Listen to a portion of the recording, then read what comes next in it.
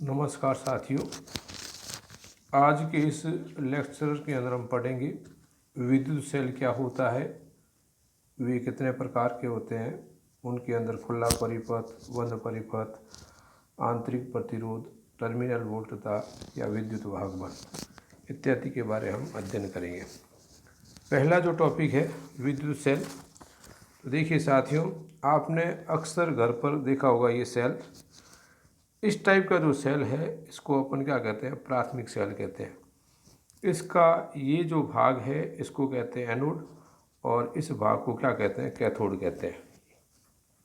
Anode का मतलब होता है धन सिरा और कैथोड का जो सिरा है वो क्या होता है, माइनस सिरा होता है।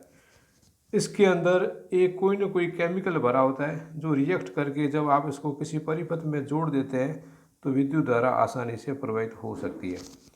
तो देखिए दोस्तों, विद्युत सेल वह युक्ति है जो रासायनिक ऊर्जा को विद्युत ऊर्जा में बदलती है।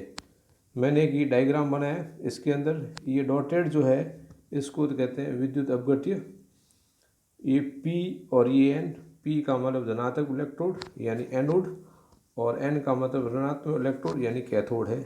जब आप इसको किसी वायर के द्वारा जोड़ दिया जाता है और इसके अंदर विद्युत धारा आसानी से प्रवाहित हो जाती है। अब बात आती है कि ये सेल जो है कितने प्रकार के होते हैं। तो दोस्तों, सेल दो प्रकार के होते हैं, एक तो होता है प्राथमिक और दूसरा क्या होता है, द्वितीयक सेल। प्राथमिक सेल के अंदर क्या होता है कि वे सेल जो सीधे सीधे रासायनिक ऊर्जा को विद्युत ऊर्जा में बदल देते हैं और जिन्हें दोबारा चार्ज नहीं किया जा सकता, यानी एक बार काम आने के बाद यूज एंड थ्रो वापस उनको फेंका जा सकता है। ये जो सेल है इनको अपन क्या कहेंगे, प्राथमिक सेल कहेंगे, इसको शुष्क सेल कहते हैं। दूसरा है लैक्लांसी सेल और ये डैनियल सेल। जब आप प्रैक्टिकल वगैरह करते हैं तो ये दोनों सेल आपके लैब के अंदर आपको मिल जाते हैं। अब आता है दूसरा सेल, द्वितीयक सेल यानी सेकेंडरी सेल।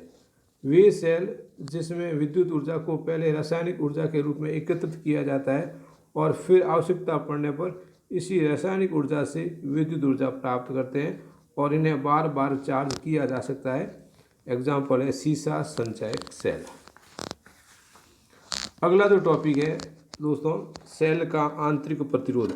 आपने प्रतिरोध के बारे में तो काफ़ी कुछ सुना ही होगा, 10th क्लास के अंदर भी सुना था कि आर के द्वारा इसको प्रदर्शित करते हैं।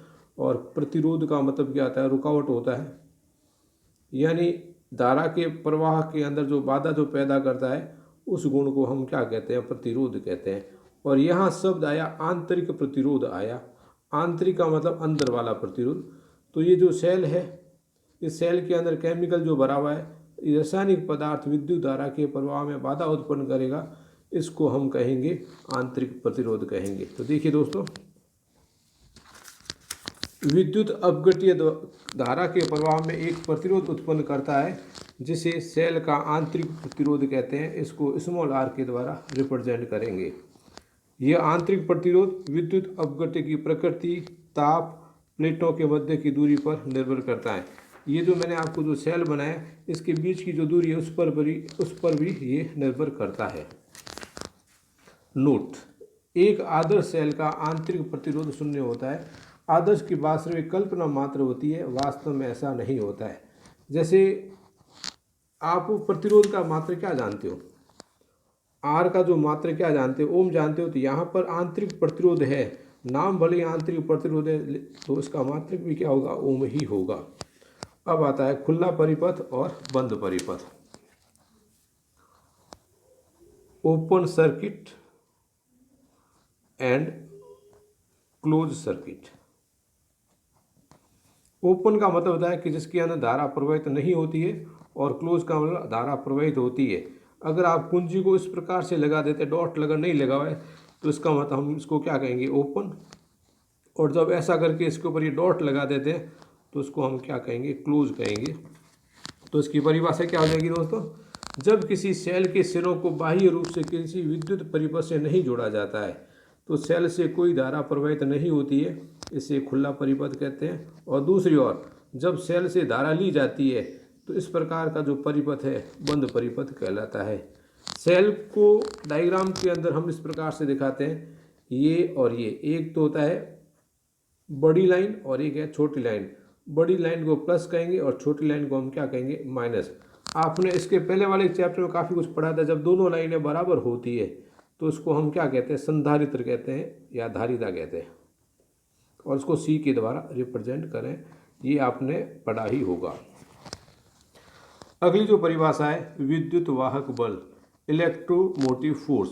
जब किसी सेल को बाह्य बंद परिपथ से नहीं जोड़ा जाता है, अर्थात सेल से कोई धारा नहीं ली जाती है, तब इसके सिरों के मध्य विभवांतर को सेल का विद्युत वाहक बल कहते हैं। यानी आपने सर्किट के अंदर सेल वगैरह जोड़ दिया, लेकिन धारा अगर प्रवाहित नहीं की और उस समय अगर आप उसके अंदर इसको नाप करके देखते हैं कि इसका विद्युत वाहक बल कितना, इसका वोल्टेज कितना है, उसको हम क्या कहेंगे, विद्युत वाहक बल। जैसे मान लो ये सेल है, सर्किट में नहीं जुड़ा हुआ है, तो मैंने एक सिरा यहाँ पे लगा दिया, दूसरा सिरा यहाँ लगा करके इसको नाप करके देखा कि इसके अंदर कितना वोल्टेज है, तो उसको हम क्या कहेंगे, विद्युत वाहक बल या इलेक्ट्रोमोटिव फोर्स कहेंगे। इसके विपरीत जब इस सेल को या परिपथ के अंदर अपन जोड़ देते हैं, तो जब परिपथ के अंदर आप जोड़ोगे तो उसके अंदर क्या होगा, विद्युत धारा बहेगी, तो उस समय इसका जो विद्युत वाहक बल है उसको हम क्या कहेंगे, टर्मिनल वोल्टता कहते हैं। तो देखिए दोस्तों, यदि किसी सेल से बाह्य प्रतिरोध में विद्युत धारा प्रवाहित की जाती है तो सेल के दोनों इलेक्ट्रोडों के मध्य विभवांतर सेल की टर्मिनल वोल्टता कहलाता है। टर्मिनल वोल्टता और विद्युत वाहक बल दोनों का जो मात्रक है वो क्या होता है, वोल्ट होता है। और अगला जो टॉपिक है, विद्युत वाहक बल तथा टर्मिनल वोल्टता में संबंध अपन कैसे ज्ञात करते हैं। तो देखिए, दो सर्किट यहाँ पर बने हुए, ये प्लस और ये माइनस, ये स्मॉल आर का आंतरिक प्रतिरोध, यहाँ पर कुंजी लगी हुई है और यहाँ बाह्य प्रतिरोध जुड़ा हुआ है। सेम का सेम यहाँ पर भी है, लेकिन फ़र्क यहाँ पर क्या है, यहाँ पर कुंजी जो है ओपन है और यहाँ पर कुंजी क्या है, क्लोज है। जब क्लोज होती है तो यहाँ पर वी आ गया, टर्मिनल वोल्ट आ गया, और जब कुंजी यहाँ पर ओपन है तो यहाँ पर क्या आ जाएगा, विद्युत वाहक बल यानी ईएमएफ आ जाएगा। अब देखिए, अपन ओम के नियम से क्या जानते हैं, ओम के नियम से जो हम पढ़ते थे, तो V इक्वल्स टू क्या होता है, आई आर। तो यहाँ पर I इक्वल्स टू क्या होता है, V अपॉन आर होता है।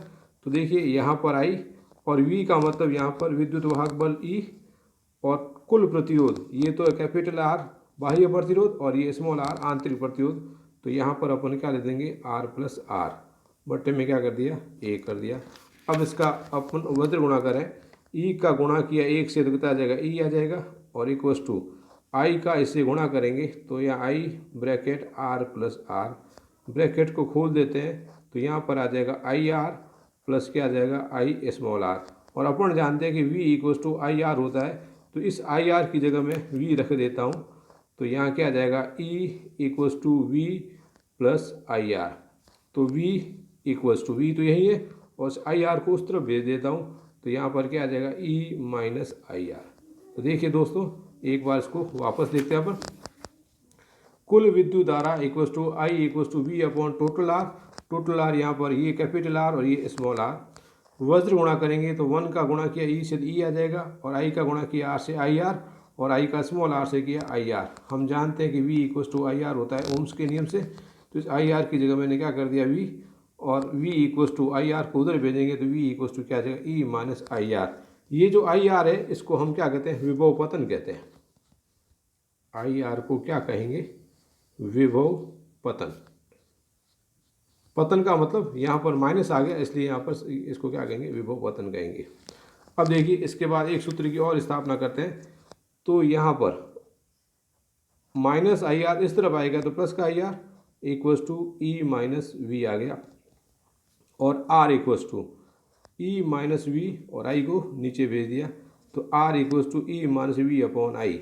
वापस v equals to I R से, तो i इक्वल्स टू क्या होता है, v अपॉन आर। तो यह मान यहाँ पे रखने पर तो e माइनस वी बटा v बटा आर। तो देखिए 1 2 और ये 3 है, और अपन जानते हैं कि तीसरी जो संख्या उसको ऊपर लिख सकते हैं। तो यहाँ मेरा सूत्र क्या बन जाएगा, e माइनस वी बटा v, और गुणे में क्या आ जाएगा r। यहाँ इसको अलग अलग करने पर तो e बटा वी माइनस वी बटा वी, और गुणे में क्या आ जाएगा r, और इस तरफ क्या रहेगा, स्मॉल r। v से v कटेगा तो सूत्र क्या बन जाएगा, r equals to E upon V minus 1 into R. एक बार वापस देखिए दोस्तों, माइनस आई आर को पक्षांतर उस तरफ ले जाते हैं, ये तो हो जाएगा प्लस, ई और ये क्या हो जाएगा minus V. R equal to I को नीचे भेज दिया, ई माइनस वी बटा आई, और आई का जो सूत्र होता है वी बटा आर, यहाँ रख दिया वी बटा आर, और आर ऊपर चला जाएगा तो क्या आ जाएगा ई माइनस वी बटा वी इंटू आर, और सेपरेट करेंगे तो ई बटा वी और वी से वी कटेगा, इंटू में क्या आ जाएगा आर आ जाएगा। नोट, सेल के आंतरिक प्रतिरोध के सिरों पर उत्पन्न विभवांतर आई आर को विभव पतन कहते हैं। ये मैंने आपको यहाँ पर बता ही दिया कि ये भी विभव है और ये भी विभव है। यहाँ आई आर है तो आंतरिक प्रतिरोध के द्वारा धारा को गुणा करेंगे तो राशि कौन सी प्राप्त हो जाएगी, विभव पतन प्राप्त हो जाएगी। जब सेल से धारा लेते हैं तो उस समय आएगा V equal to E minus I R, और जब सेल को अपन चार्ज करते हैं तो उस समय टर्मिनल वोल्टता का जो सूत्र है वो क्या हो जाएगा V equal to E plus I R. तो दोस्तों आज इतना ही, नेक्स्ट के वीडियो में हम करेंगे सेलों का संयोजन। Thank you.